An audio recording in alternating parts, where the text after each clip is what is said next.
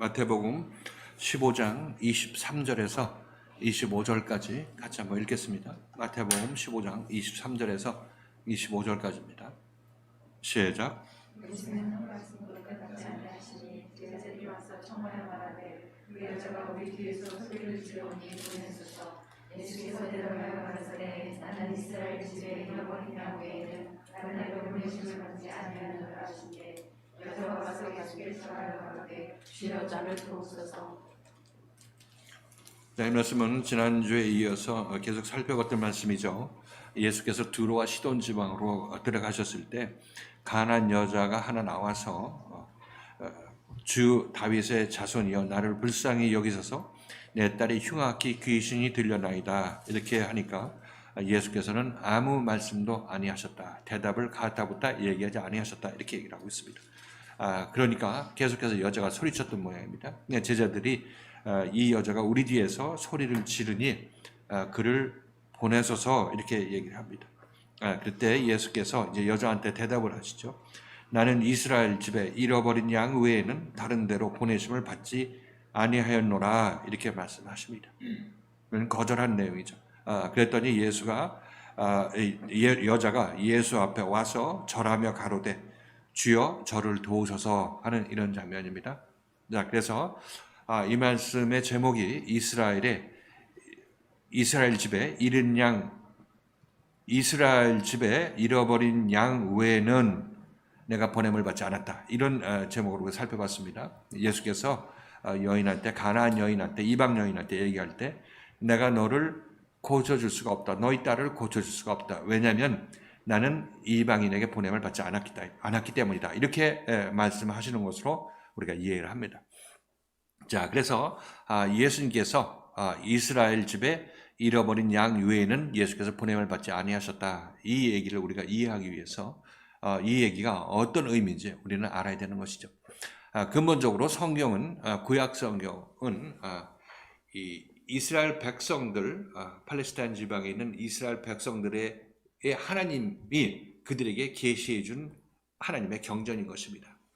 그 내용은 바로 하나님 우리 그 성경 내용을 보는 것과 마찬가지로 하나님이 이 세상에 없던 이스라엘 백성을 창조하시죠. 창세기 끝에 보면 아브라함과 이삭과 야곱의 하나님으로서 야곱의 12아들을 통해서 70인을 만들고 이스라엘 고센 땅에 거주하게 만들죠. 그래서 창세기가 그런 끝이 납니다. 그러니까 이 세상에 없던 이스라엘 민족을 창조해서 애굽 땅에 두셨습니다. 그죠? 그리고 나중에 모세를 통해서 건져내시고 광야를 통해서 여호수아를 통해서 가나안까지 인도하시죠. 거기서 이제 이들이 계속 살다가 이제 디아스포라의 운명을 맞이하게 되는데 아무튼 그 민족에게 이제 이 하나님께서 약속하신 아브라함에게 약속하신 구세주를 보내는 것입니다. 그때 그게 예수 그리스도죠. 예수 그리스도가 그 유대 땅에 오셨어요. 우리 대한민국에 온 것이 아니라 유대 땅에 오셔서 이스라엘 이 지역에 오셔서 그 십자가에 못 박혀 돌아가심으로 말미암아 유대인들을 구원했죠. 그럼 그들 예수를 따라 나섰던 그 사람들도 유대인이에요. 그냥 다 폴이 누구야? 바울, 베드로 이 전부 유대인들 아니에요. 그죠? 유대인들을 이제 하나님의 예수 그리스도의 사도로 만들어서 세계 만방에 복음이 전파되기 위해서 이제 복음이 우리나라에 들어갔죠. 그래서 하나님께서 이루고자 하신 일이 1차적으로 이루어진 것입니다. 예수를 통해서 복음이 세계 만방에 전파됐다. 물리적으로 이런 일들이 일어났죠. 지금 우리 갖고 있는 이 기독교의 모든 이 세상의 모든 문명들이 전부 기독교 문명이에요.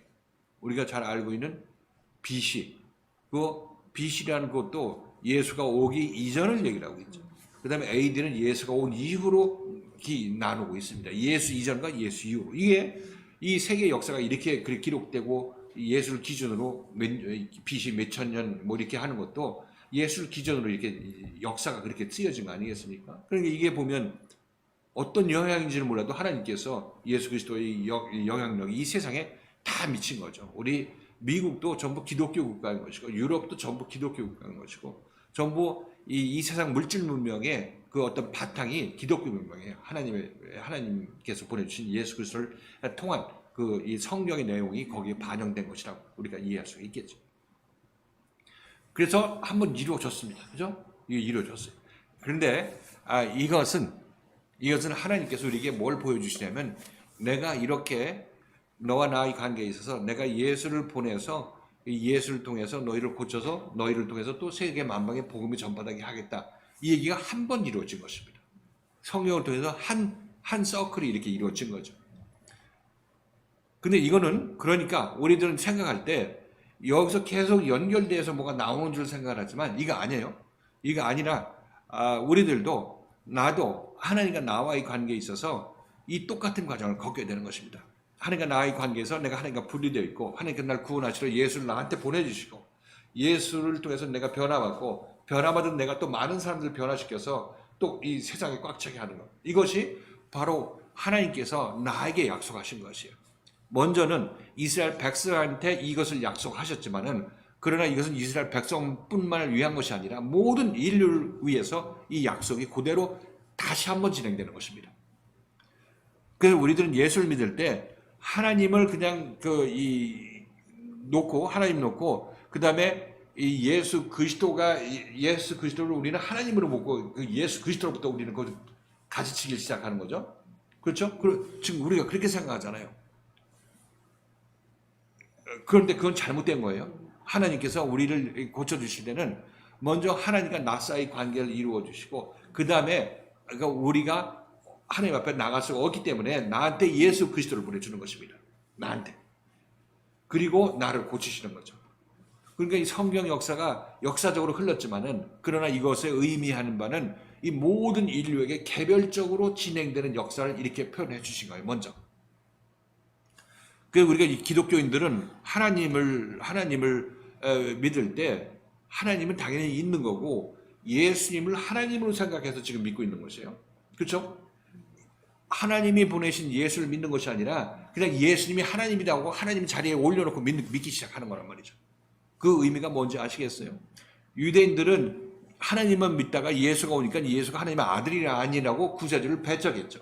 그들은 지금 하나님만 바라보고 있는 거죠. 그렇죠? 우리들은 하나님을 안 바라보고 예수만 하나님으로 바라보고 예수만 따라 나서고 있는 거예요. 지금 현재 기독교가 그렇다는 것입니다. 그런데 이건 잘못된 거예요. 왜? 순서가 틀렸죠. 먼저 하나님을 믿어야 되고 그 다음에 예수를 만나야 되는 것입니다. 이게 성경의 순서 아니에요. 근데 우리는 하나님 없이 하나님이 예수를 그냥 짬뽕 시켜놓고 예수한테 전부 겹쳐서 뭉쳐서 놓고 하나님이고 예수가 하나님이라고 얘기하면서 이 예수를 하나님 자리에 갖다 놓고 믿고 있는 거예요. 그러니까 이 사람들이 지금 뭐가 빠졌냐면, 이 사람이 믿고 있는 것이 예수가 아니라 뭐예요? 결국은 이게 하나님 믿는 것이 하나님 믿는 거. 이들에게는 뭐가 필요하냐? 이제 예수가 필요한 것입니다. 예수가. 이해가 되셨나요? 그러니까 우리가 수요일 날 어제 말씀드리고자 하는 내용이 바로 이런 내용이에요. 한번 이 진행된 이 건은 개별적으로 모든 태어날 인류에게 그대로 진행될 일들이 이 성경에 기록된 그 과정이라는 것입니다. 기독교의 이 패착이 뭐냐면, 하나님하고 예수님하고 구분할 줄 몰라요. 그러면서 예수님을 하나님으로 자리에 앉아놓고 열심히 신앙생활 하니까 이들이 신앙 그 패턴이 어떻게 되겠어요? 유대인처럼 그렇게 율법적으로 될 수밖에 없어요. 지금 기독교 믿는 사람들이 전부 율법적인 예수를 믿고 있는 것이고, 율법적으로 예수라고 하는 그 예수는 하나님이라고 말씀드리는 것입니다. 하나님께 율법적으로 제사 지내고 열심을 내서 내가 하나님께 인정받으려는 그 패턴으로 지금 예수 믿는 거 아니에요? 그게 하나님 믿는 거고, 그게 바로 유대인들이 믿던 그 방식이에요. 그렇죠? 근데 유대인들한테 예수를 보냈는데 이제 하나님께서도 이렇게 예수를 하나님으로 믿는 우리들한테 또 진짜 예수를 보내야지. 그래야 순서가 맞는 거 아니겠어요? 하나님 시대가 있었고 예수님 시대가 나에게 있게 되는 것입니다. 하나님과 예수님은 분명히 구분해야 돼요. 구분이 안 되면 그건 전부 뭉뚱그려서 하나님 믿는 것이에요. 그건 전부 하나님 믿지 않은 사람이 어디 있어요? 다 하나님 믿죠. 저 성황당에서 기도하는, 물 떠놓고 기도하는 사람들도 그래서 하나님 믿는 것입니다. 자기 나름대로 마음속에 있는 하나님을 믿는 거죠. 그래서 기본적으로 우리는 이것을 알아야 됩니다. 우선 하나님이 있고 사람인 내가 있습니다. 그 사이에 이제 예수가 있는 거죠. 예수가 오게 되는 것입니다. 하나님과 같이 있던 내가 하나님으로부터 분리되어 나온 게 나 자신이란 말이죠. 인간이란 말입니다. 그래서 이 신학은, 조직 신학은 이제 신론이라고 해요. 하나님에 관한 학문을 신론이라고 하죠. 신론, theology. 그 다음에 이 사람은 안드로폴로지, 인간론이라고. 나를 연구할 때 나 인간이 무엇인가를 연구하는 거예요. 인간론이고, 그 다음에 이 두 사이에 있는 그 기독교, 이게 기독론이라는 것이 그리스도론이라고 얘기를 하는 것입니다. 예수에 관한 얘기죠. 예수는 누구인가에 관한 얘기가 바로 이 기독론인 거예요. 이걸 잘 생각해 보면, 여러분들이 지금 갖고 있는 그 지식을 가만히 생각해 보면, 하나님은 원래 계신 분, 모든 존재의 근원이시고 존재 자체이신 분, 이렇게 우리가 알고 있는 것이고, 우리 그 존재에 붙어있던 우리가 그래서 떨어져 나온 게 인간이에요. 이 땅에 태어난 게 인간이라는 것입니다. 이것이 인간론이에요.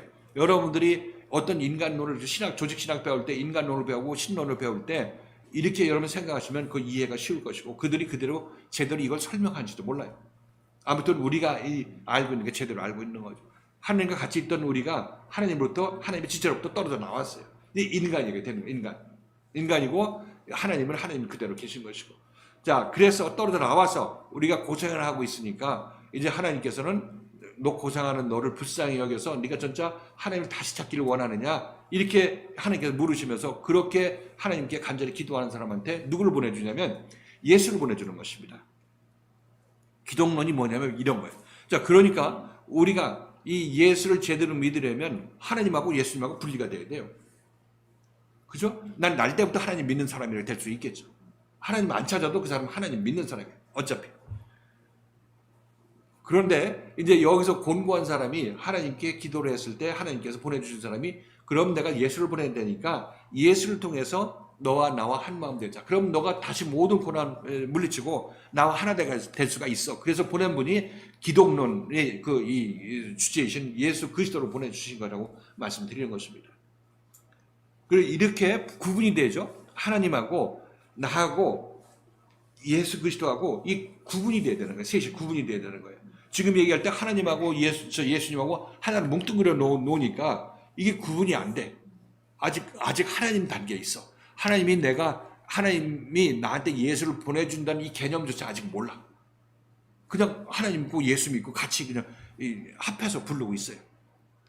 그러니까 이게 예수가 나한테 와야 된다는 개념조차가 없는 거야. 이미 하나님 만난 게 예수 만난다고요. 하나님 만나러 교회 간 것이나 예수 만난 거라고 생각하잖아요. 구분이 안 되는 거예요. 그러니까. 그게 구분이 돼야 되는 것입니다. 그 얘기는 내가 이렇게 그런 식으로 예수 믿어도 만족이 없고 여전히 난 허무함에 가득 차 있습니다. 하나님께 간절히 기도하는 사람이 그때 이 사도와 같은 사람을 만나게 되는 것이에요. 이렇게 되면 이제 이 사람은 하나님하고 그리스도하고 분리가 일어나게 되는 거예요. 차이가 있게 되는 것을 알게 되는 거죠. 내가 하늘에 계신 하나님께 기도했더니 하나님께서 하나님의 생명을 가진 사람 하나님을 나한테 보내서 나를 하나님과 하나 만드시는 분이시구나 하는 것을 알게 되는 거죠. 분명히 역할이 틀리죠. 하나님하고 예수 그리스도하고 역할이 틀려요. 인도하는 목적지는 똑같지만은 하나님은 그 일을 이루시게 하기 위해서 예수를 사람으로 보내신 것이니까 차이가 분명히 있죠. 그래서 우리들은 하나님과 그리스도가 구분이 돼야 돼요. 하나님과 예수 그리스도가 분리되어서 이해할 수 있을 때 우리들은 비로소 하나님께서 나에게 예수 그리스도를 보내주셔서 이렇게 나를 구원해 주셔서 나로 말미암아 또 다른 사람들을 구원하게 만드시는구나. 이 구도를 아셔야 되는 것입니다. 이렇게 돼야 여러분들은 하나님, 그리스도, 그 다음에 나로 말미암은 또 많은 하나님의 백성들, 이렇게 여러분께서 그런 구도로 이해를 하셔야 되는 거죠. 그래서 여기서 지금 예수님께서 이 가나안 여인한테 나는 이스라엘 백성 이외에 딴 곳으로 보냄을 받지 않았다. 이 얘기를 우리가 여기 이제 나누기를 원하는데, 이 얘기는 처음에 말씀드렸던 대로 예수께서 이스라엘 백성으로 간 것은 처음에 성경을 기록하게 하는 그런 계기가 됐던 것이죠. 이스라엘 백성으로 간 것은 기록하기 위한 계기가 된 것입니다. 그러나 그렇다고 해서 예수께서 이쪽으로만 가는 게 아니죠. 이스라엘 백성으로만 가는 것이 아닌 것입니다. 예수의 생명을 가진 사도 바울은 어디든지 갔습니다. 그렇죠? 그래서 여기서 예수님께서 말씀하신 나는 이스라엘이 잃어버린 양 이외에는 다른 곳으로 보냄을 받지 않았다는 얘기는 다른 의도에서 예수께서 이런 말씀하신 것입니다. 내가 꼭 유대인들에게만 보냄을 받았다 이런 얘기를 하는 것이 아니라 다른 의도에서 이 말씀을 하셨다고 우리가 지난 시간에 살펴봤죠. 그래서 근본적으로 우리는 나아가 내 눈으로 봤을 때 하나님하고 예수 그리스도하고 분리가 일어나야 되는 것이에요. 구분이 돼야 된다고 말씀드리는 것입니다. 그렇게 됐을 때 우리들은 비로소 제대로 예수를 믿기 시작하는 거죠. 제대로 하나님과 하나 되기 시작하고 이 죽은 자에서 잠자는 자의 반전에 들어가게 되는 것입니다. 그렇죠. 구분돼야 된다는 얘기에 이제 이해를 하셨죠. 하나님하고 예수님하고 구분돼야 된다. 왜냐하면 이런 체험 없이 믿는 사람들은 하나님하고 예수 그리스도를 뭉뚱그려서 하나님으로 그냥 치부하고 믿으니까 전부 유대인 줄 율법적으로 예수 믿는 그 유대인들이 그 행태 그대로 나오잖아요. 지금 밖에 나가 보세요. 그 사람들 물어보면 나 뭐 했고 교회 세웠고 어디 전도 나갔고 뭐 이것밖에 없습니다. 낼 게. 자기 마음이 하나님의 마음과 하나 됐다는 그런 감정이 없는 것이고 그런 어떤 체험도 그들에게 입에서 나오지 않습니다. 뭐 그런 적이 없었으니까.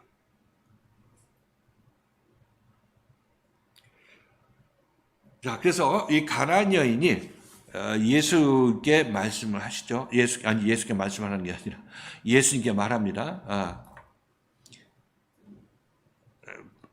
다윗의 자손이여 나를 불쌍히 여기소서 내 딸이 흉악하게 귀신 들렸나이다. 내 딸이라는 것은 가나안 여인의 딸이 흉악하게 귀신 들렸는데 이거는 자기 자신이 예수를 믿었는데도 아니면 하나님을 찾았는데도 여전히 허전함은 남아있다.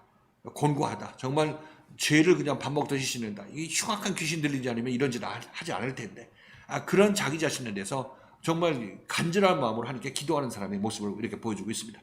얼마나 간절히 기도했는지는 이 대화가 오가는 중에 있어서 모든 예수의 어떤 핍박과 내침을 무릅쓰고 계속 예수 앞으로 나오는 것을 우리가 알 수가 있습니다. 이런 자들이 그만큼 자기 자신이 난 여기서 이 상황에서 벗어나기를 소망한다는 자기 자신의 신앙 고백하는 것이기 때문에 그걸 보고 예수께서는 네가 구원받기 합당한 자다 이렇게 말씀하시는 것입니다. 그 갈급함을 보고 그 어떤 갈망을 보고 예수께서 이렇게 말씀하시는 것이죠. 자, 이렇게 대답을 했을 때 예수께서 뭐라고 하시냐면 예수께서는 한 말씀도 대답하지 아니하신다. 그럼 우리들이 뭐 하나 부탁했을 때 얼른 들어주지 않고 한참 있으면은 우리 기분 나쁘겠죠. 빨리빨리 대답해야지. 왜 가만히 있냐고.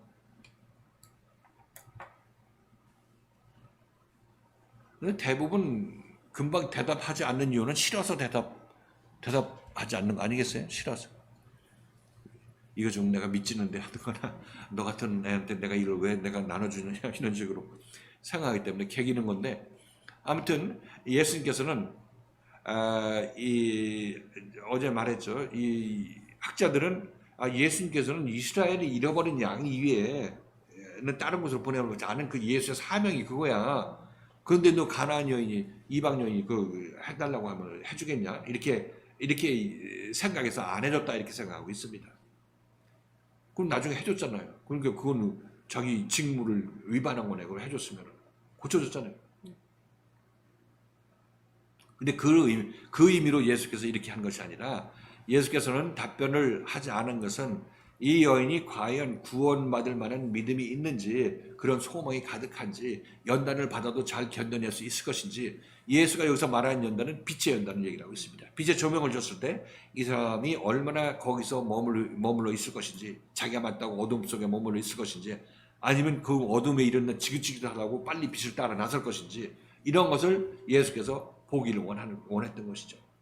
그렇지 않고 도중에 이 빛의 조명을 줘도 그냥 자기 급한 것만 얘기하고 급한 것도 해결되면 돌아가 버리게 된다면 예수께서는 이를 특별히 고쳐줄 이유도 없는 것입니다. 이방 여인을 어떻게 특별히 고쳐줄 이유가 있겠어요? 이방 여인이 아니더라도 유대인이더라도 예수께서 고쳐줄 이유가 없는 사람은 고쳐주지 않습니다. 이 예수의 고침은 그 사람의 구원을 표징하기 때문에 그 사람의 구원받을 사람 아닌 사람을 예수가 고쳐줄 이유가 없다는 걸 말씀드리는 것입니다. 그래서 예수가 고쳐준 사람은 그 사람은 이 사람을 구원의 표적으로 고쳐주는 것이지 그 사람이 뭐 믿거나 뭐든 개인 감정이 들어가서 해주고 안 해주고 이방인이라서 해주고 아니 이방인 아니라서 안 고쳐주고 이런 것은 없습니다. 오직 예수의 병 고침은 구원을 상징하기 때문에 고쳐주는 것이다. 구원의 상징의 목적으로 고쳐주시는 것이다. 이렇게 여러분께 이해하시면 되겠습니다. 자, 그래서 대답지 않고 있었다 이렇게 얘기를 하고 있는 것은 바로 이 여인이 정말 내가 대답하지 않는 것에도 불구하고 갈급해서 나를 쫓아 나선다면 예수께서 기뻐하시겠어요? 아니면 기뻐하지 않겠습니까? 기뻐하시죠. 살고자 원하는구나. 나는 너를 살리러 왔어. 이런 게 서로 마음이 맞는 것입니다. 여러분들도 교회 생활하면서 이래도 그만 저래도 그만 내가 교회를 위해서 내가 여기 나와주지 뭐 봉사해주지 하고 하는 사람은 이 교회 지금 잘못 찾은 것이에요. 여기 와서 우리가 얻는 것은 말씀을 통해서 여러분이 구원받고 하나님의 새 생명을 받는 거고 새로운 마음으로 여러분 변화되는 것입니다. 이것을 위해서 여러분이 교회 나오는 것이에요.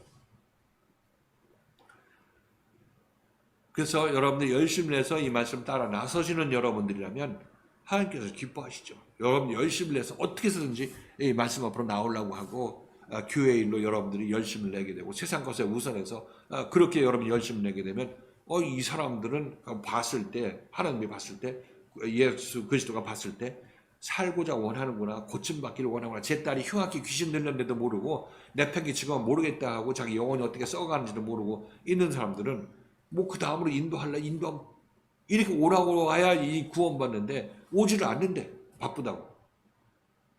그렇죠? 그러니까 이 가나안 여인도 그것을 보는 것입니다. 이 여인이 과연 얼마나 갈급하게 자기 새 생명을 찾기를 원하는지 그것을 예수께서 보기를 원하시는 것입니다. 아니면 이렇게 해서 이것을 견디게 함으로 말미암아 이 여인에게서 그런 믿음을 키워나가는 그런 의도이기도 하고. 그죠?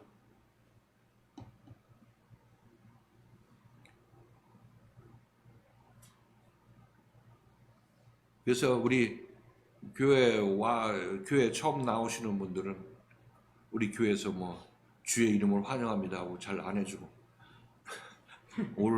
올라면 오고 말라면 오고 가려면 가라 이렇게 하는 교회라 이렇게 생각하고 어떤 분은 정말 이게 참 교회다 그렇게 생각하는 분도 계시고 아니 이 교회는 이게 사랑이 없어 이렇게 하고 딴 교회 가는 분도 계시고 근데 그건 뭐 어쩔 수 없죠. 뭐 그렇게 대접받기를 원하고 하면은 뭐 대접받는 교회에 가서 좀 더 신앙생활을 하시다 오셔야 되는 것이고 여기서 내가 갈급해서 왔는데 말씀이 정말 여기서 이전에 들었던 말씀하고 틀리다. 그러면 여기서 내가 바로 따라 나서서 내 영혼의 구원, 참다운 구원을 받고자 소망한다 하는 사람들은 제발 좀 오지 마세요 하면 여러분 아니요 나 여기 꼭 와야 되겠습니다 하고 와서 드리려고 하겠죠. 그런 사람들은 하나님께서는 기뻐하시는 것입니다. 아니 그렇게 의도적으로 하는 얘기가 아니라 그렇다는 얘기죠. 그렇게 이 말씀이 이전 자기가 들었던 말씀하고 틀리다고 느낀다면 열심을 내서 따라 나서는 것이 자기 자신의 생명을 구원하게 된다고 말씀드리는 것입니다. 그것도 되고 이제 제자들이 이제 예수는 아무 말도 없고 또 예수의 제자들도 위로해 주는 것이 아니라 여자가 계속 뒤에서 시끄럽게 소리를 지내니까 이 정신 산만해서 안 되겠다고 그걸 보내서서 이렇게 얘기를 하는 것이에요. 제자들은 이 여인이 뭐 어떤 영적 배경을 갖고 있는지 전혀 알지도 못했고 그거에 대해서 관심도 없었습니다. 단지 조용했으면 좋겠는 거예요. 예수를 따라 나서 모시고 가는데 시끄럽게 얘기하니까 안 되겠어서 예수님 좀 얘기해가지고 저 여자 빨리 좀 보내소서 이렇게 얘기를 하고 있습니다. 보내는 거 딸을 고쳐서 보내라는 의도가 아니라 그냥 입막음을 가지고 빨리 꺼지라고 이렇게 얘기해서 보내라고 하는 그런 마음이겠죠.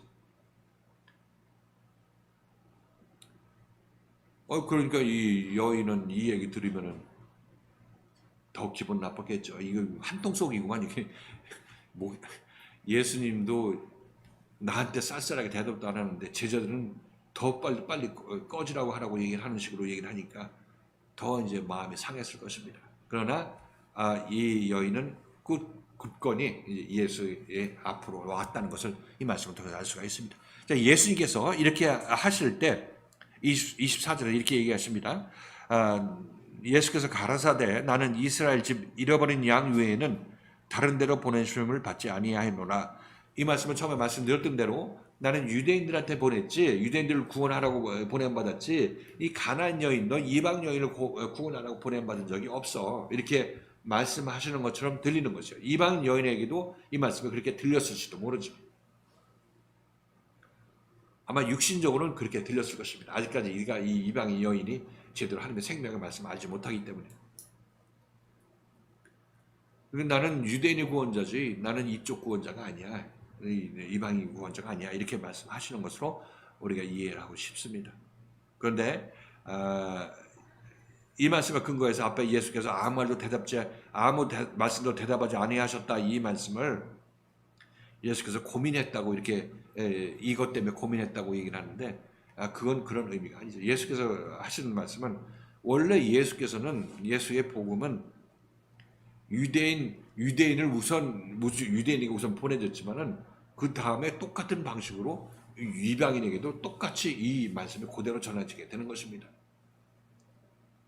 그리고 여기서 예수님께서 나는 이스라엘 집에 잃어버린 양 외에는 이렇게 얘기를 하고 있는데 여기서 이스라엘 집이라는 것은 하나님을 찾고 하나님을 만나기를 소원하는 사람, 즉 내가 하나님을 믿겠다고 나서는 사람들, 이 사람들이 이스라엘 사람들이라 얘기를 할 수 있겠죠. 지금 밖에서 예수를 믿겠다고 하는 사람들도 하나님을 믿겠다는 사람들이죠. 그 사람들도 이스라엘 사람들인 것입니다. 그렇죠? 하나님의 백성으로서 하나님의 관할 대상이라고 말씀드리는 것입니다. 하나님을 찾는 사람들이 이스라엘 백성들이에요. 예수 믿는 사람들이 영적으로 이스라엘 백성들이죠. 그런데 여기서 이스라엘 백성들한테 예수가 보냄을 받았지만 이스라엘 백성들은 실질적으로 눈앞에 보이는 이스라엘 백성들은 예수를 배척했어요. 그런데 이 예수님께서는 내가 이스라엘 유대 백성으로 보냄을 받았지만은 그러나 거기서 나를 받아들이지 못할 사람들은 나를 배척하기 때문에 내가 정말 보냄을 받은 사람은 잃어버린 한 마리 잃은 양이 되었을 때 나는 그에게 보냄을 받은 사람이야. 이렇게 얘기하고 있는 것입니다. 그렇죠? 예수는 누구한테 다 가기를 원하죠. 이스라엘 백성, 하나님처럼 모든 사람한테 예수가 가기를 원합니다. 그런데 그 예수를 받아들이는 사람은 아무나 이스라엘 백성 중에서 하나님을 찾는 사람들 중에서 다 받아들이는 것이 아니라 하나님 찾는 사람들 중에서도 지신 사람들, 잃어버린 한 마리 양이 된 사람, 광야에 있던 100마리 양이 전부 이스라엘 사람들이라고 얘기할 것 같으면 하나님 찾는 사람이라고 할 것 같으면 그 중에서 99마리는 빼놓고 한 마리 잃은 양이 예수를 영접하는 자인 것이고 예수에 의해서 그가 영접받는 사람인 것입니다. 그 한 마리 양이 예수의 어깨에 들쳐매임을 받고 예수의 집으로 들어오죠. 하나님 집으로 들어옵니다. 구원의 집으로 들어가게 되는 것입니다. 이렇게 봤을 때 그 이스라엘 백성들 중에서 한 사람만 잃은 양으로서 예수를 영접한 것이죠. 예수는 이 사람한테 받았다고 얘기를 하는 것입니다. 이 한 사람.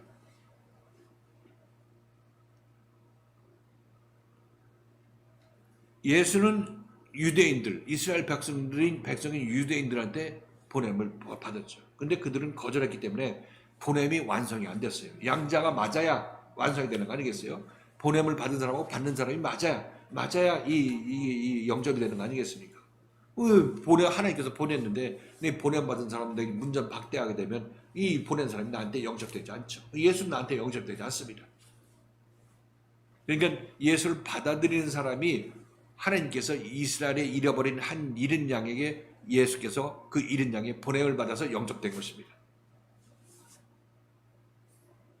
그렇죠? 그 양쪽이 다 맞아야 되는 것이에요.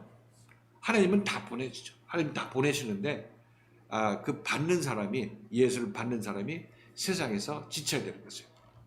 자기 옳다면 신앙생활에서 지친 사람만이 이제 예수를 영접할 수 있게 되는데 그 사람이 잃은 양의 이스라엘의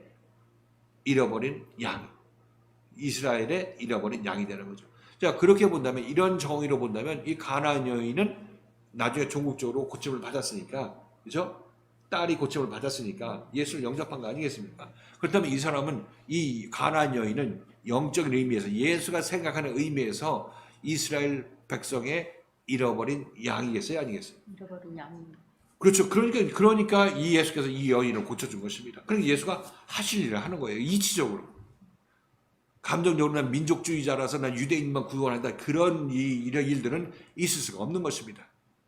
어느 백성이건 하나님을 찾는데 이제 간절히 찾아서 예수를 보냈는데 예수를 영접하는 사람이 이스라엘 백성 중에서 잃어버린 양이 되는 것입니다. 잃어버린 양이. 그 여기는 이방인하고 물리적 이방인하고 유대인하고 헬라인하고 유대인하고 구분할 필요가 없죠. 지금 이 시대도 마찬가지입니다. 그러니 이스라엘의 잃은 양 이외에는 이것을 물리적으로 생각하게 되면 큰 오해가 일어나는 것입니다. 성경 말씀 전체도 그것도 이스라엘 백성에게 일단 기록됐지만은 그러나 그것이 전부 내 개인에게 하나님과 나 사이 개인에게 인용되는 말씀인 것이고 그 사이에 예수가 개입돼서 예수가 나를 하나님과 다시 하나로 만들어 주신 이 구도라는 것을 분명히 우리는 아셔야 되는 것입니다. 성경이 중동에서 뭐 수입해왔다고 이런 쓸데기 없는 얘기를 하는데 그 진리를 몰라서 그런 것이에요. 하나님께서 진리를 그쪽 방향을 통해서 계시를 하셨지만 그러나 이 진리의 말씀은 태어난 모든 인류에게 다 동일하게 적용되는 말씀이라고 우리가 이해하시면 되겠습니다. 이게 내 성경이고 내 말씀이에요. 나에게 하는 말씀이라는 사실을 아셔야 되는 것이에요.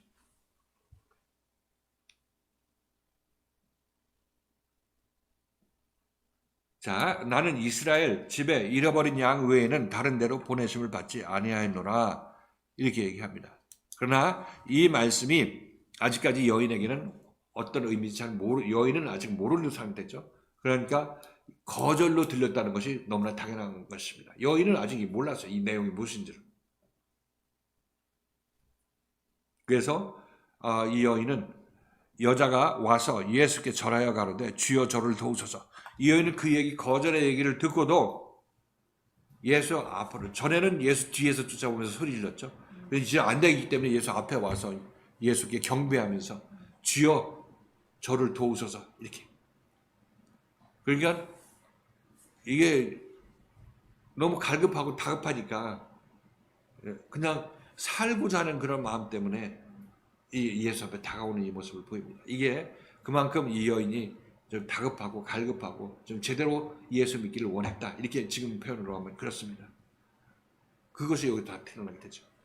우리들도 신앙생활 할 때 교회생활에 열심을 내는 사람하고 교회생활에 그냥 흐지부지 하는 사람하고 그 갈급함의 그 강도를 보면 이 사람이 얼마나 구원에 가까운지가 이제 금방 표현할 수가 있는 거죠.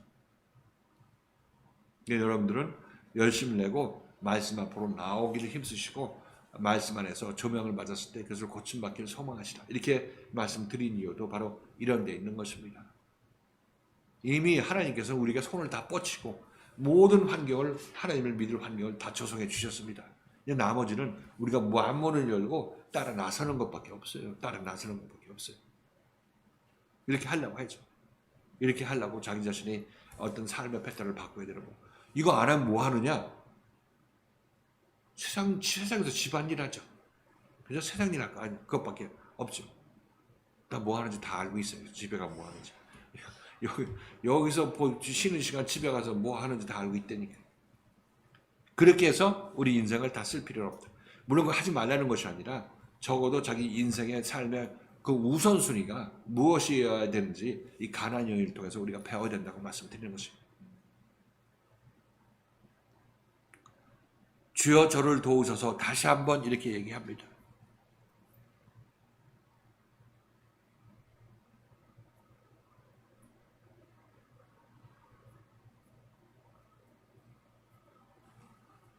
그래서 이 여인은 이제 앞으로 또 이제 더 대화가 진행되면서 더 이제 어떤 모욕적인 언사를 예수로부터 듣게 되는데도 불구하고 이 여인은 끝까지 나는 내 딸의 그 흉악한 귀신들 그 상황에서 난 구원받기를 원합니다. 이 고백이 계속 흘러나오는 것을 우리가 알 수가 있어요. 그러니까 이런 사람이 결국 자기 십자가를 질 수 있는 그런 힘의 원천이 되는 거죠. 이런 갈급함이 힘의 원천이 되는 것이고 아직까지 뭐 이런 여인의 이런 마음처럼 아직 갈급하지 않다면은 적어도 이 말씀 듣고 조명을 받는 대로 따라 나서는 그 일에 있어서는 여러분들도 있는 힘을 다해야 된다. 이렇게 여러분 말씀드리겠습니다. 없는 갈급함을 억지로 마련할 수는 없죠.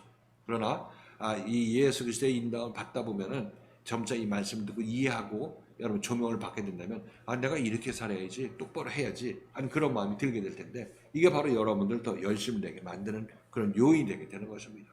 따라 나서면 이제 이렇게 가나안 여인처럼 우리 안에 흉악한 귀신이 들어있는 그 자기 자신 자식들을 다 여러분들이 이렇게 세울 수 있다. 다 고칠 수 있다. 이렇게 말씀드리는 것입니다.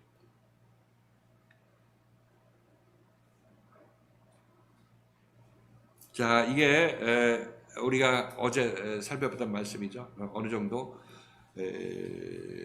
말씀을 드렸기 때문에 여러분 혹시 뭐 궁금한 점 있으면 얘기하시고 나머지 말씀은 계속해서 다음 주에 보도록 하십니다. 지난주에요. 그러니까 어제 말고 지난주에 이 말씀을 처음 들었을 때 여태까지 이 말씀 가나안의 여인에 대해서 예수님께서 너무하신다는 생각이 항상 있었거든요. 근데 말씀을 듣고 아니지 이게 갈급함하고 예수님께서 끝까지 고쳐주는 그 부분에 초점을 맞춰야지 하고 머리하고 생각하고 마음이 꽉 몰더라고요. 억지로 머리는 그렇게 이해해야지 하고 넘어갔던 게 지난주에 너무 이 말씀이 좀 다르게 들리는데요. 맨 처음에 제자들이 저는 분야에서 하는 게 예수님 이제 빨리 고쳐주세요, 보내세요 라고만 들은 거예요. 네. 네, 근데 다시 보니까 아니더라고요. 거절을 3번이나 받은 거예요. 제자한테 받고 예수님께서 잃어버린 양 외에는 안 준다. 그걸 해줄 수 없어. 나머지는 나는 걔한테도 자녀한테 줄 거를 걔한테 던지는 게 어딨어 라고 이렇게 3번 하니까 이 여자가 진짜 굉장히 치욕적이었겠다라는 생각만 들고 네. 이 말씀에 대해서 조금 더 이렇게 제 마음하고 와닿지가 않더라고요. 그래서 질문을 너무 하고 싶었는데 이건 내 영적인 부분하고도 연관이 되어있지 이게 어떤 부분하고 되는 건가 하고 생각을 더 해보게 되더라고요. 근데 생각을 해도 이게 잘 안 깨지고 이 말씀이 그대로 받아들여지지가 않는 거예요. 근데 어제 또 말씀해 주셨잖아요. 네. 근데 어제 다시 말씀을 드리니까 이게 예수님의 그 차가움보다는 너가 정말 잃어버린 양이니 내가 잃어버린 양한테 구원을 주고 싶어 라고 좀 들리더라고요. 그리고 그 뒤에는 뭐 마찬가지로 말씀을 다음 주에 해주시면은 또 어떻게 들릴지는 모르겠으나 우선은 계속 주님께서는 나는 너를 구원하러 왔는데 네가 정말 구원 받고 싶니? 라고 이제 조금 들리는 거예요. 이게 제자들이 보내셔서 이렇게 얘기한 고쳐져서 보내셔서 한 얘기는 그 예를 들어서 예수께서 병 고침의 어떤 그 의미를 모르기 때문에 그 보내고 고쳐서 보내라는 얘기는 그냥 지금 우리가 생각하는 것도 예수의 기적을 그냥 단순한 기적으로만 보고 있기 때문에 고쳐서 보내라고 얘기를 하는 그런 예수를 알고 있기 때문에 그런 건데 예수의 일거수일투족은 전부 우리 구원에 대한 계시를 하기 위한 일을 하는 것입니다. 그러니까 문둥병을 고치던 뭐 소경을 눈뜨게 하던 이 모든 일들이 구원에 관한 계시의 목적을 두고 하는 거기 때문에 그냥 고쳐줬다 이렇게 쉽게 고쳐주고 그 사람 한번 고쳐줘봤자 그 사람 구원과는 아무런 상관이 없잖아요. 그리고 또 이 성경에 등장하는 이 대상은 꼭 그렇게 말하고 그렇게 행동하는 그 사람을 통해서 우리에게 몰랐던 부분을 알려주기 위한 것이기 때문에 제자들은 알지 못하고 그냥 시끄러우니까 보내라고 뭐 고쳐서 보내라기보다도 그냥 쫓아 보내라 이런 얘기를 그런 의도로 얘기를 한 거겠죠. 왜냐하면 제자들은 구원이 뭔지 아직도 뭐가 뭔지 모르기 때문에 오직 자기도 육신적으로밖에 생각할 수밖에 없는 것이고 이 가나안 여인은 여기서 보면 정말 치욕적인 일이 일어나죠. 예수가 왜 이렇게 고쳐주려면 빨리 고쳐주지 왜 이렇게 하나. 여러분 구원받으려면 그냥 덜렁 구원해주지 그렇게 생각하고 똑같은 거예요. 근데 십자가 사건 자기 부인 이거 왜 필요한 거예요? 그거 쓸데리 없이 남 자존심 상하게 이딴 식으로 생각하니까 우리가 이 예수의 말씀이 전 이해가 안 되죠. 근데 우리가 예수를 구원받으려면 나의 세상 이 어둠의 올탐이 십자가를 못 박고 죽어야 되는데 어둠의 올탐은 나 존재 자체이기 때문에 그건 내 자신이 죽는 거하고 동일한 얘기란 말이죠. 그러니까 이게 쉬운 것이 아니지. 그게 그 예수가 힘이 능력이 없어서 제자들을 3년 반 동안 그렇게 구원하는데 긴 시간을 보냈겠냐고. 그건 내 안에서 자라난 생명이 자라난 기간이기 때문에 필요하기 때문에 그때 우리들은 예수님 앞에서 아주 그냥 인생이 무너지고 남들 앞에 창피당하는 그런 모습을 볼 수도 있어요. 저의 경우도 마찬가지로 제가 인생에 있어서 정말 남들 앞에 조롱거리가 되고 아유 훌륭하다고 높이 올라갔던 저 친구가 왜 이렇게 머리 짧게 갖고 이렇게 초라한 모습으로 다시 끌려왔냐 이렇게 생각하는데도 불구하고 그 뭐 하나님께서 하는데 어떻게 내가 어떻게 하냐. 근데 지금 와서 하나님께서 높이실 때 그들하고는 이제 비교할 수가 없지. 그때 나를 우습게 봤던 그 사람들하고 더 하나님께서 전부 서로 건널 수 없는 그런 다리를 건넌 그 높은 자리와 낮은 자리 영적으로 그런 차이가 이루어졌던 거고. 그러니까 우리가 지금 이 하나님 앞에서 자기를 낮추는 거는 어떻게 보면은 이 여인 같이 우리가 이렇게 낮춰질 수도 있어요. 그 마음 뭐 누가 낮추고 싶은 사람이 어디 있겠습니까? 그러나 자기 자신을 주님 안에서 낮추게 되면 낮춘 만큼 높아지는 거예요. 그 다 낮춰지면 딱 위로 딱 올라가는 거예요. 스프링 튀어오르듯이. 또 올라가는 기간이 따로 있는 게 아니라 낮춘 만큼 영적으로 올라가는 거예요. 동시에. 그래서 뭐 여인이 아무 말도 안 했을 때도 쑥스럽죠. 아이 고쳐주세요 했더니 아이고 어서 오세요 이렇게 고쳐줬으면 얼마나 좋겠어요. 그러나 가만히 있었다는 것도 거절이라고 얘기했으니까 아까 얘기한 대로 거절도 이 제자들이 빨리 얘를 보내라는 것도 아무 소리 안 한 거 거절도 그 다음에 내가 이스라엘 이른 양 위에 보낸 적이 없다고 얘기하신 그 말씀도 전부 이 여인에게 비스선을 꽂히는 말씀이죠. 세상적인 눈으로 봤을 때 자기 인간적인 감정으로 봤을 때. 그러나 말씀 앞에 있으면 이것들이 전부 나를 살리기 위한 이 말씀의 검이라 이렇게 여러분이 이해하시면 되겠어요. 내가 그런 거 피해서 높아지려고 하는 것이 우리 인간의 본성이고 그렇게 움직이기를 원하지만 그러나 하나님께서 너 낮아져라 이렇게 얘기했을 때 그게 그 부분을 낮추는 그 자기 자신이 현명한 자인 것이고 지금 예수가 이렇게 얘기하면 이대로 겪어 나가면서 예수 앞으로 오는 게 그게 현명한 처사라고 얘기를 하고 있는 거예요. 에이 자존심 상한다 하면 구원받긴 꽉 낮추고 예수의 말씀 앞에서 자존심 상한다는 얘기 무슨 말로 개벽다귀 같은 소리야. 그런 소리는 그런 생각이 든다면 그거는 하나님 앞에 있을 수도 없는 일이지. 하나님 앞에 뭐가 부끄러운 게 있겠어. 창조주 앞에. 그래서 이거 생각이 이 얘기는 우리가 예전에도 한번 살펴봤던 그런 말씀인데 이번에 다시 한번 되새김하면서 이게 이 구원의 과정은 육신적으로도 세상에서 낙오자가 되는 모습일 수도 있는 거죠. 그죠? 낙오자가 되는 모습일 수도 있는 거죠. 그러나 주 안에서 이제 이후로 주 안에서 죽는 자는 복되도다. 주 안에서 옛사람이 그렇게 옛사람의 교만함 잘났음 안다고 하는가 이것이 죽어나가는 자는 복되다. 왜? 새로운 인생을 살게 되고 새로운 생명을 받고 그리스도의 높아짐을 그가 소유하게 될 것이기 때문에 복되다 이렇게 얘기를 하고 있는 거죠.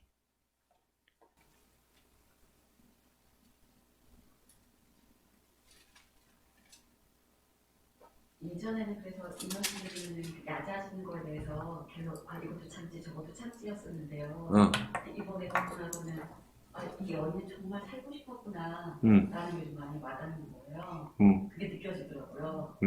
나도 진짜 정말 살려고 해야 주님께서 높아지려는 게 아니라 살려고 해야지 살려주시는구나 그냥 그렇게 느껴져요. 내가 긍휼을 원하고 제사를 원치 아니한다. 내가 이렇게 신앙생활하고 이렇게 했습니다. 드리는 게 제사가 아니라 하나님 이렇게 해도 난 만족이 없습니다 하고 하나님께 긍휼을 말하는 자가 하나님께서 이리 내치든 저리 내치든 순종하는 사람이 십자가 사건을 겪을 수 있게 됩니다. 믿음이 큰 자라고 칭찬해 주신 게 그냥 그 칭찬이고 이게 아니라 너 정말 살려줄게 이렇게 들렸어요. 살려줄게. 살고자 원합니다 해서 살려주는 거예요. 그렇게 살고자 원해서 순종할 수 있게 되는 거고 순종해서 그만큼 예수의 생명을 자기 안에 받을 수 있는 거죠.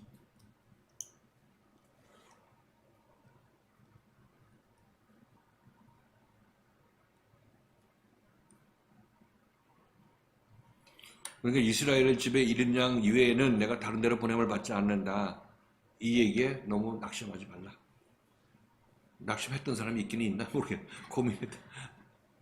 저도 이 말씀을 항상 좀 의문이었던 것 같아요. 네. 예수님이 사람이 많으신 예수님을 왜 빨리 안 고쳐주시고 저도 자꾸 그 아이를 힘들게 하셨을까 이런 생각을 많이 했었는데 이번에 말씀 들으면서 이 속에 진짜 들어있는 손뜻을 말씀해 주시니까 그게 너무 희망적인 말씀인 거예요.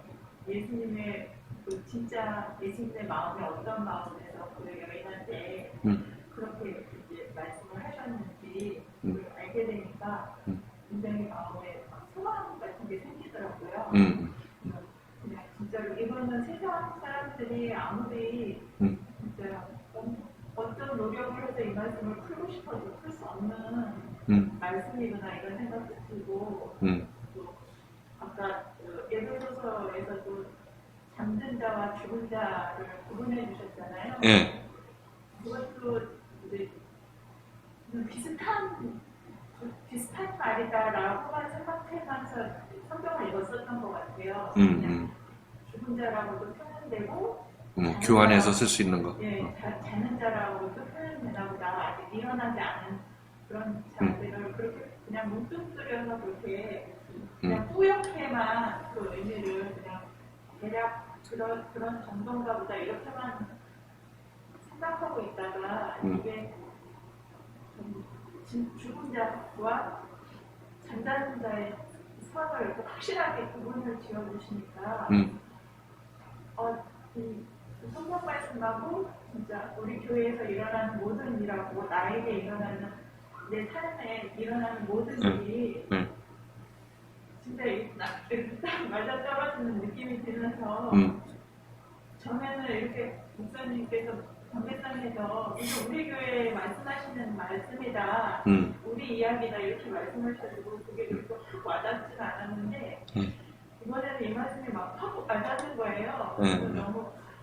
너무 막 소망이 더 커지고 귀가 막 이렇게 뻥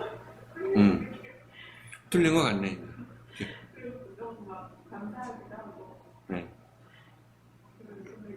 이제 그게 이제 똑같은 얘기도 이제 처음에 들었을 때하고 두 번째 들었고 몇 년 후에 다시 들었을 때하고 이제 그 들어오는 양이 더 많이 더 차이가 나게 되고 지금 뭐 잘 듣고 지금 간증하는 게 자기 자신의 뭐 솔직한 어떤 변화된 간증을 하는 거 아니겠어요? 그러니까 그거가 이제 잠자다가 이제 좀 깨어나는 거, 그게 깨어나는 거고 그게 복된 간증이다 이렇게 말씀드릴 수 있겠습니다.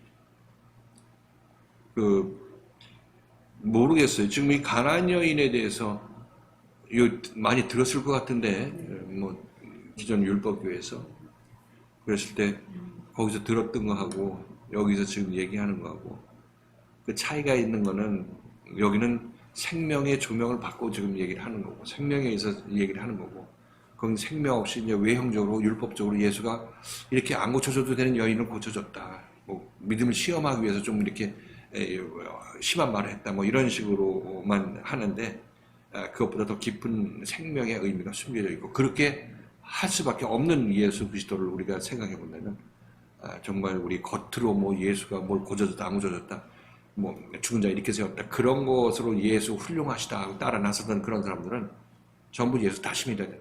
다시. 저는 이 말씀이 그러니까 그 전에는 계속 이게 그 뭐라 그럴까 그러니까 예수를 그 가나안 여인이 예수를 만났을 때에 어떤 시작점 쪽에 포커스를 맞춰서 이렇게 자꾸 그렇게 생각했던 것 같은 거예요. 근데 이번 말씀을 또 상세하게 들으면서 뭐 예수님께서 뭐 가나안 여인을 좀 이렇게 좀 대답도 안 해주시고 거절한 거라든가 또 이런 양 얘기라든가 또 제자들 이 모든 것들이 지금 실질적으로 지금 우리가 이제는 그 고침 받고 있는 과정 중에서 일어나는 일들이라고 상세하게 들으니까 그러니까 처음에는 시작점으로 많이 들었다가 이게 내가 온전해지기까지 이런 일이 계속 우리에게 있어야 되는 일들로 이렇게 들리고요.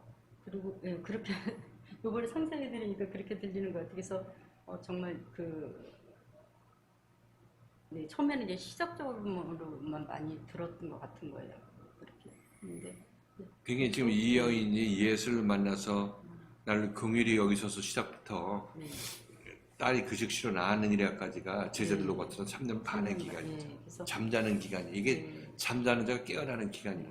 그래서 그리고 내 딸이 낳았다 그 즉시로 낳으니라가 이제 온전히 십자가 사건이 통과돼서 거듭난 사람이 됐을 때, 구원받은 사람이 됐을 때 그 모습을 여기 보여주고 있는 거예요. 그래서 이제 우리가 이른 양이 된 시점이 처음 시작점이 있지만 이른 양의 전 과정이 또 있는 거잖아요. 그리고 마지막에 정말 네가 이른 양이었구나라는 어떤 이른 양으로서의 어떤 확증을 받는 마지막 그 완전히 십자가 사건이 일어나야죠. 확정받는 그것까지 이렇게 이번에 이렇게 연결해서 생기면서 이게 내가 이렇게 처음 시작점으로만 봤는데 지금 실제적으로 이게 내가 신앙생활할 때 정말 주님께서 이 생명의 말씀이 나를 그냥 안 볼 때도 있고 나의 어떤 나의 고침이라든가 내가 또 어떤 인간적인 세상적인 생각을 할 때 정말 묵묵부담일 수도 있고 그 다음에 또 이른 양의 비유처럼 그렇게 또 그런 말씀으로 나에게 오실 때도 있고 근데 그 모든 과정을 내가 정말 내가 생명을 받겠다라는 그 열심과 노력과 소망 하나로 끝까지 따라야 될 것 같아서 지금 우리에게 이루어지는 일이구나라고 해서 이른 양으로서의 그건 전 과정을 지나서 확증까지 되는 그것까지가 이 말씀이구나라고 해서 상세하게 조금 더 들리는 것 같아요. 그러니까 우리가 이걸 읽을 때 예수께서 왜 이렇게 가나안 여인한테 매장하게 하고 정말 이 모욕적으로 이렇게 대했는가? 이게 이제 우리의 일반적인 세상에서 느끼는 심정 아니야. 그 생각 가지고 여기 왔으니까. 근데 지금 그 예수의 그 숨은 뜻을 보니까 이게 이렇게 할 수밖에 없는 그런 거가 이제 보이잖아요. 생명의 흐름이 보인단 말이죠.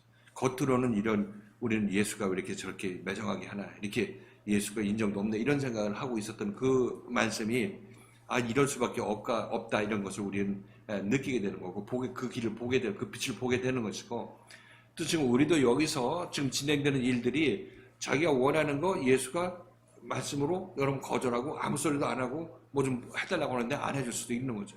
그렇죠? 또 여러분이 원하는데 매몰차게 거절하고 쓸데없는 짓 하지 말라고 여러분에게 얘기할 수도 있겠죠. 근데 우리는 이 가나안 여인에게 예수가 매몰차게 했다는 그 생각이 아직도 있으니까 목사님이 나한테 뭐 심한 얘기했다. 그렇게 생각하겠죠. 우리도 그렇게 생각하는 거예요. 지금 이 성경을 이렇게 읽으면 그렇게 생각할 수밖에 없단 말이죠.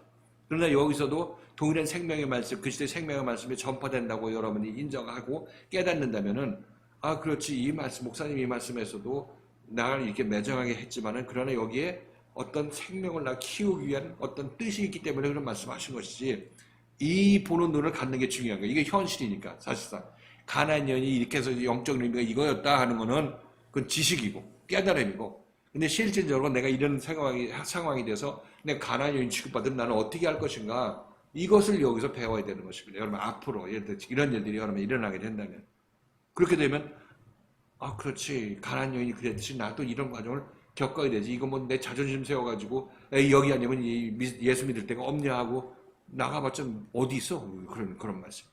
그러니까 이게 그렇게 하는 일들을 여러분 이 말씀을 듣고 깨닫는다고, 그렇게 하지 말아야 된다는 마음을 가지고 깨닫는다면, 그렇게 안 한다면은 여러분 이 말씀을 잘 들은 거죠. 이 말씀에 의해서 여러분 고침 받는 거죠. 그렇게 안 하게 되는 사람이 됐다면.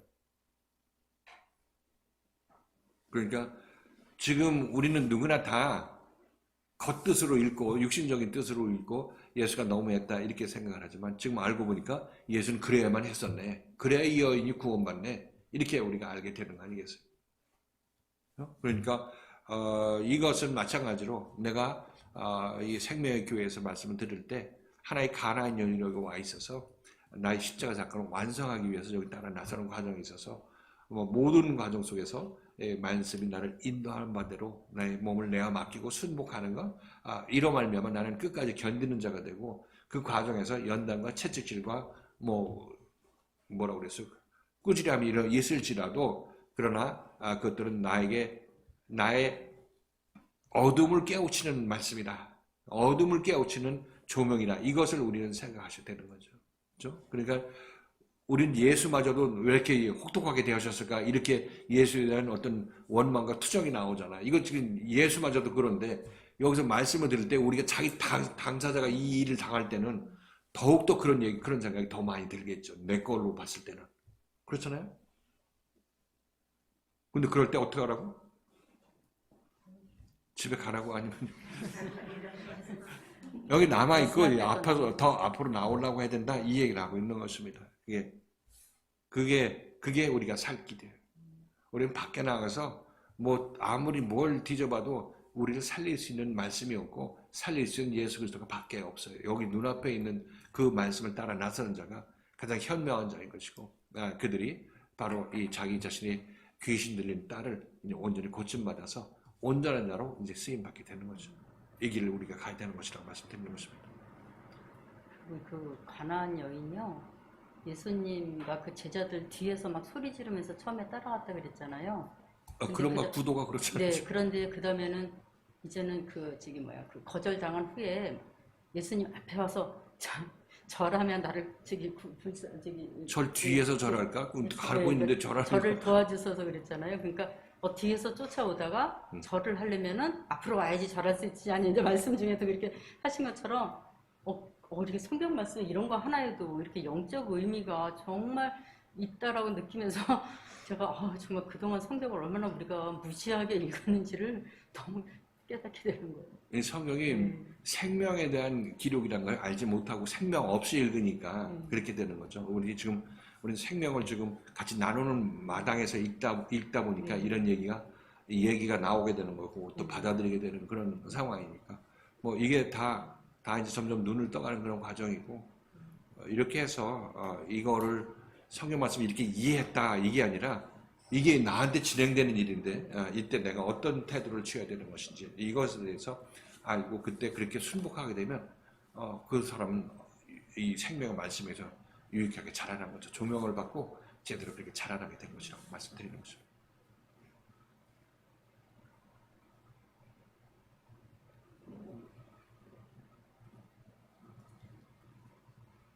자, 뭐 다 얘기하실 거 얘기하셨으면